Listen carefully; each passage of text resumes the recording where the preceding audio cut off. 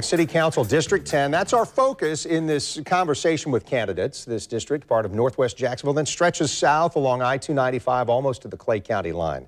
Brenda Priestley-Jackson and Celeste Mills are with us this morning, both Democrats. And if you would, I'd like you to take just a minute to explain to people why you're running, why you deserve their vote. Brenda, why don't you begin? Well, I'm running because I think that District 10 has a rich history. And it's time for us to reclaim some of that. We need to be able to address the educational, economic, and quality of life initiatives in District 10. I'm a native of District 10. That's where my parents built a home well over 50 years ago.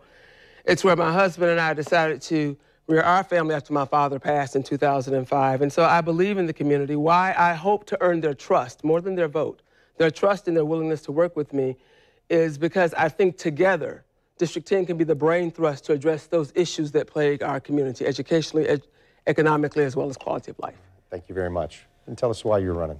I'm running for the district because City Council is not just a calling, it's an order of service. And I ran in 2015 against Reginald Brown, and I was unsuccessful. So now I'm back to show District 10 that they deserve leadership that they can trust. I am tired, along with many residents, of recycled politicians running and not representing our constituents on what we feel should be done. We need to learn how to listen, look, and respond to our constituents and make sure that they know that they're first place, and I'll never stop working to provide safer neighborhoods, better infrastructure, economic development, and to know that if they always meet me there, I will go down fighting for them. Well, so both of you are kind of leaning into some of the topics that are important to you. I asked each of these candidates to identify those things that are most important issues. So let's begin. And why don't we start here? Celestine, I'll let you answer first, but both of you identified economic development and opportunities. What do you think is missing in the district, and how are you going to change that? What is missing in the district is opportunity for total development. What I see in District 10 is food deserts, poor education, not affordable housing.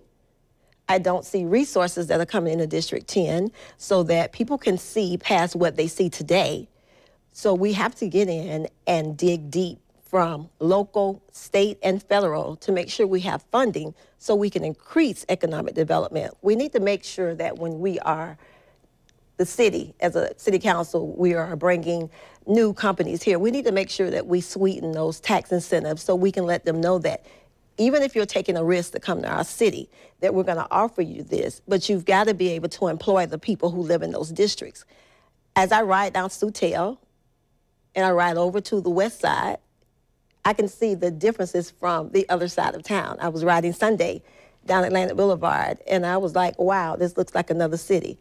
I still walk out my door and believe that District 10 will flourish and it will look that same way. So I'm going to work to bring jobs, apprenticeship programs, and I want everyone in District 10 to earn a livable wage.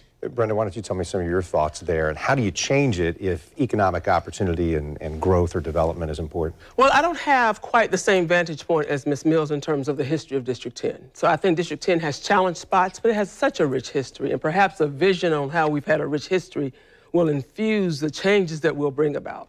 So for me, I'm a product of District 10. So I am a licensed attorney, 24 years in Jacksonville. My husband and I reared our family there, grew up in a community with educators. I grew up in a community with police officers, ministers, postal workers, and all of those. And their children are my friends. They're the same ones that I went to school with at Ribault High School. So District 10 created us, right? And so we're all around Jacksonville right now. What I see critically missing in terms of economic opportunity is an alignment with resources for those that need it the most. And who are they? There must be alignment between the economic opportunities we want in District 10 and our education system. They go hand in hand. And so I am very encouraged by the potential to bring economic opportunity through jobs, but also through increases in business and industry. So what do you mean? So if we're saying that we're gonna work with the education system in Duval County, right? So I was a former school board member in my other life about 8.5 years ago.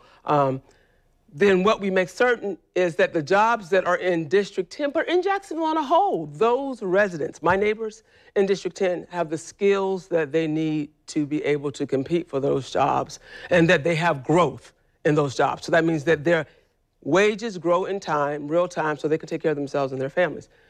Business and industry in District 10 for me, again, we are all of a part of a comprehensive plan, right? So we kind of come into District 10 in this race, maybe in the 5th act of a 20-act play, if you think about the entirety of the time. So you want to find out what commitments are already in the pipeline for resources. But for me specifically, any tax incentives that come about economic development in Jacksonville at all must have a residency component. What does that mean? That means that it's nice that you bring folk for jobs here, right? But what about the folks that are already here whose tax dollars are being offset for you to come? So let's have a residency component. I can't say if it's 10%, 15, or 20% for the jobs, but also for the ancillary industries that come. So if you're bringing a business and somebody else is a small business, there should be an equal factor of that there. So those are the kind of things I see. So as we kind of laid out the ground rules here, it was going to be conversation. So I'm not timing answers. It's not a strict debate, but I do want to give you a moment that was a longer answer. It was a comprehensive answer. Do you want to respond to anything there or give me more of your I do agree with some of the things that Mrs. Priestley has said, because it feels like we do both want the same thing for District 10. District 10 is a flourishing district, and walking the district, being a volunteer in the district for over 15 years, I do see different economic advantages and disadvantages. By understanding where the opportunity zones are in District 10, that will bring us to push District 10 forward. But we have to make sure that when we bring new companies here, that our skills can match what they're asking for. I would hate for any company to come and we wouldn't be able to get those high-paying jobs because our skills are not matching it. So we need more apprenticeship programs. We need, the education has to increase. So our residents in District 10 will be prepared for those jobs because they do want to work, because everybody wants to earn a livable wage to take care of their family. How critical or desperate is this issue about violent crime when it comes to Northwest Jacksonville and Jacksonville, the entire county? Well, I think crime is an issue in the entire county, right? And so we have different ways we measure crime in different areas in town. So schools, crimes that happen on schools really don't go into statistics for the city, but vice versa. So I think if you looked at all of that, you'd probably find that we have a crime problem in general. I think for certain areas, and so what I think that I didn't make it a separate prong of my platform. So we have education, economic opportunity, and quality of life, because to me, quality of life addresses crime, right? And so if you take care of those other two, education and economic opportunity, your crime tends to go down. Right. So I think that we have not done the rich alignment that we need between the populations that we find tend to commit more of the crimes. And so unfortunately, they're young men. A lot of times they're young men of color. They're young men who are socioeconomically challenged. And so why is that? So we have to align the school district up and make certain that they're graduating on time.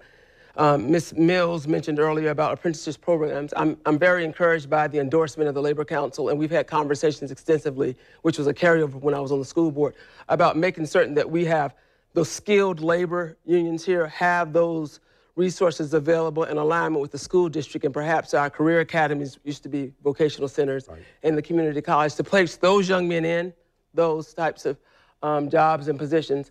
I think if we do that, I think crime will go down. I trust Mike Williams as sheriff is going to address the needs and the challenges we face as crime. I trust us as a community on a whole to say, we know that there's a certain population of our young people who are committing the crimes. What can we do to intervene to do that? And so that's my hope that we'll do that. That is a big part of the conversation. Tell me some of your thoughts there about crime, and what do you do to maybe improve it or change it in your district and broadly in Duval County? Okay, thank you. I'm glad you asked that. Reducing crime is not a one-catch-fix-all, and that's what we have to realize. There is no scenario that's going to fit everything. But I do feel that the underemployment, the different challenges with education, and the different low-income areas will cause us to have more crime.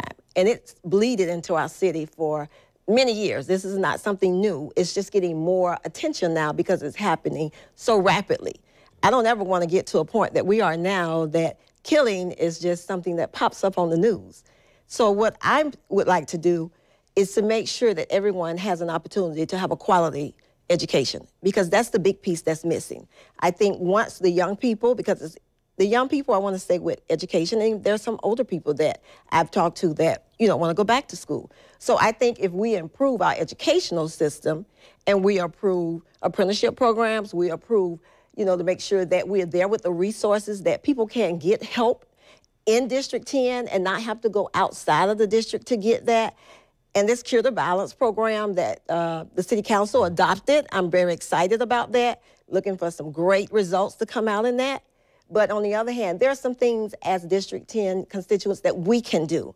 And we've got to pull together. We've got to say, if we see something, we've got to say something. We've got to stop hiding behind the veil and making sure that when times come and we need help, you've got to speak out and not hide. So let's do this. Before we run out of time, why don't I give each of you maybe 30 seconds just to address the people who are watching today and just explain to them why they should vote for you when it comes to the middle of May, when we're all going back to the polls here in the city of Jacksonville. Why don't you start?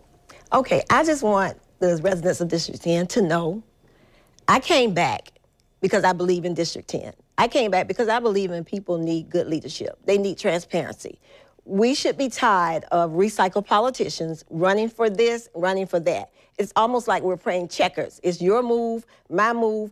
What I want to say, the move is now to get out the way and to let this district grow and flourish like it can. Walking and talking with youth, walking and talking with the seniors, walking and talking with middle age, it's a true understanding that transparency is not there. You have to be relatable. People have to know that you are just like them. And I am. I am a working mother. Okay. I need to give her a chance as well. So thank you for that. Yeah, 30 seconds or so. Well, I would just say that if you like what I did on the school board 8.5, 9 years ago, then I hope I earn your trust to do something similar in District 10. I'm not running with a pie-in-the-sky notion of what it takes. You've got to have collaborations between City Council, the school board, and the others in Jacksonville. And I'm hopeful that I can do that, evaluate my past track record of service with others. And it's not about me, service with others. And if you want to serve together and work together, then vote for me. If you don't want to work together, then you shouldn't vote for me because you're going to have to work too. Well, there are 5 city council seats up for grabs here, and I appreciate taking the time to talk with us about that and let viewers know about you.